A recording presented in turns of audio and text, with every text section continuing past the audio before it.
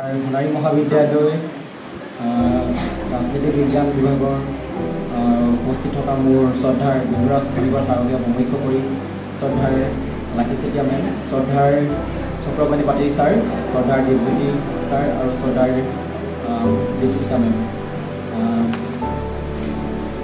আচলতে আজি কথাখিনি ক'ৰ পৰা আৰম্ভ কৰোঁ, কেনেকৈ আৰম্ভ কৰোঁ একেবাৰে নাজানো। কম বুলিতো বহু কথা ভাবি আছিলোঁ। আজি প্ৰায় এমাহমানৰ পৰাই ভাবি আছিলোঁ। যিদিনাখনে আমাৰ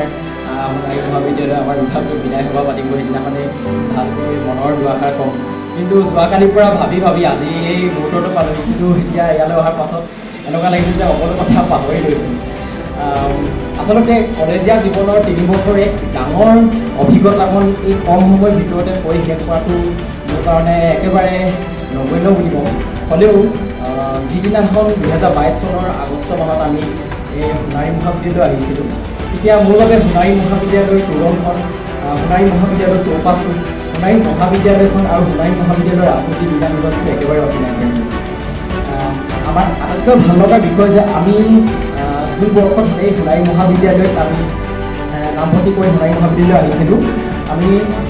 আমাৰ জীৱনৰ এক আটাইতকৈ ডাঙৰ অভিজ্ঞতা লাভ কৰিবলৈ পালোঁ যে আমাৰ সোণাৰী মহাবিদ্যালয় 50টা বৰ্ষ অতিক্ৰম কৰা সোণালী জয়ন্তী উদযাপন কৰা হৈছিল। সেই মুহূৰ্ততে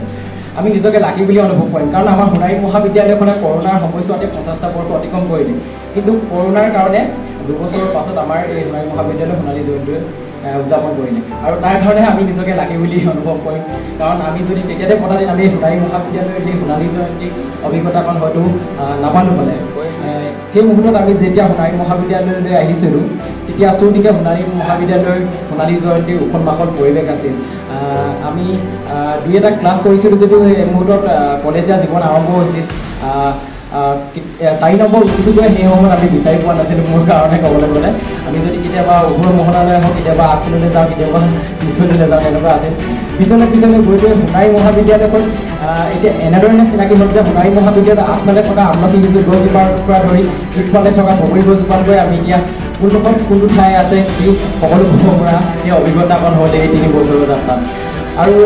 বিশেষকৈ সোণাৰী মহাবিদ্যালয়ৰ ৰাজনীতি বিজ্ঞান বিভাগটোৰ লগত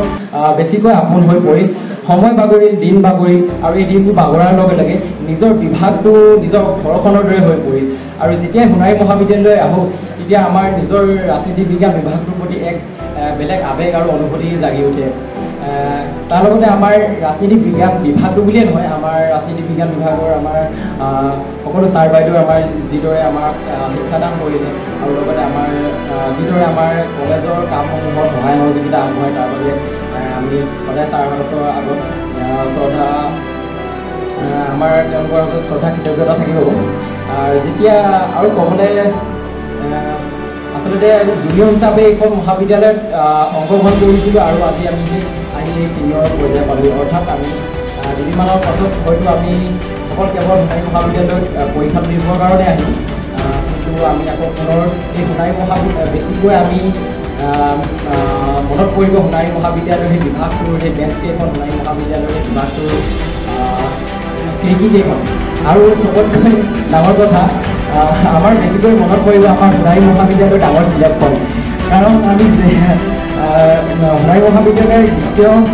দ্বিতীয় চতুৰ্থ ষাণ্মাসিকত আৰু পঞ্চম ষাণ্মাসিকলৈকে আমি ভালদৰে ক্লাছসমূহ কৰিছিলোঁ, কিন্তু ষষ্ঠ ষাণ্মাসিক হোৱাৰ লগে লগে আমি ক্লাছসমূহ বৰ ভালকৈ কৰা নহ'ল। তাৰ বাবে আমাৰ ল'ৰাখিনি হৈ মই ছাৰ বাইদেউহঁতক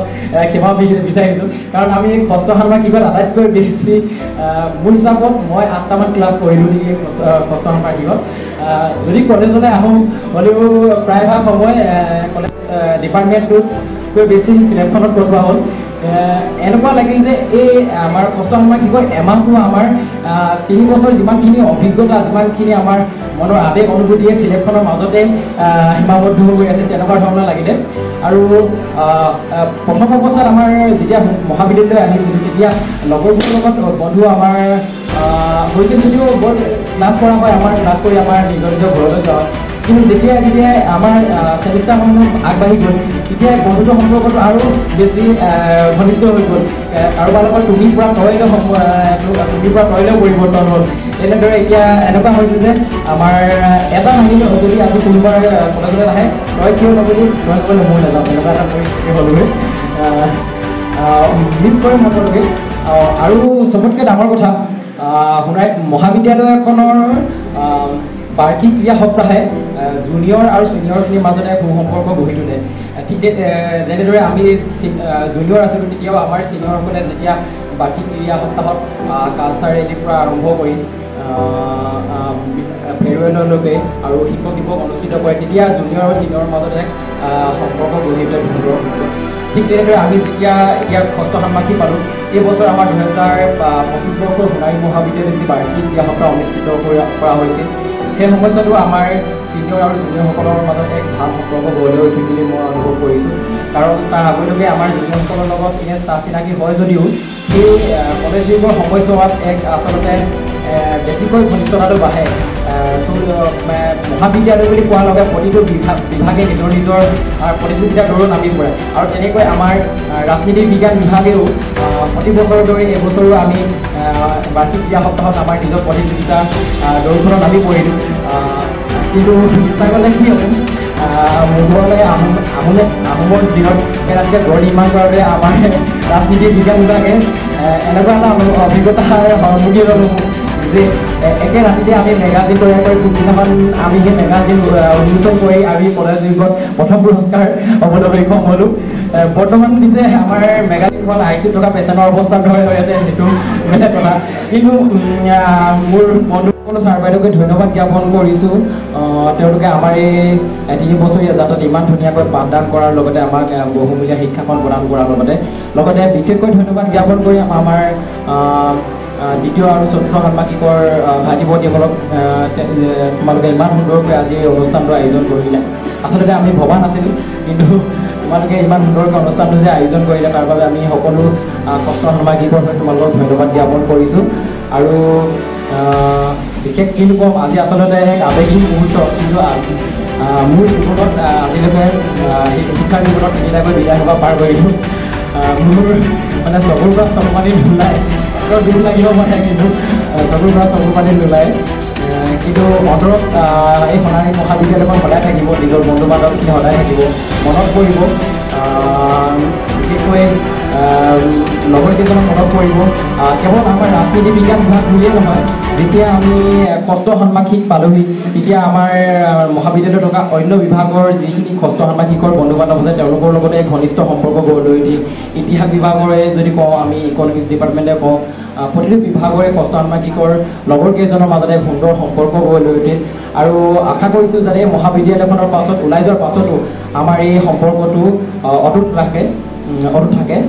তাকে কামনা কৰিছোঁ পুনৰবাৰ সকলোকে মোৰ ফালৰ পৰা ধন্যবাদ জ্ঞাপন কৰি আৰু মোৰ ক'বলগীয়া দৰকাৰ সময় হৈছে ধন্যবাদ।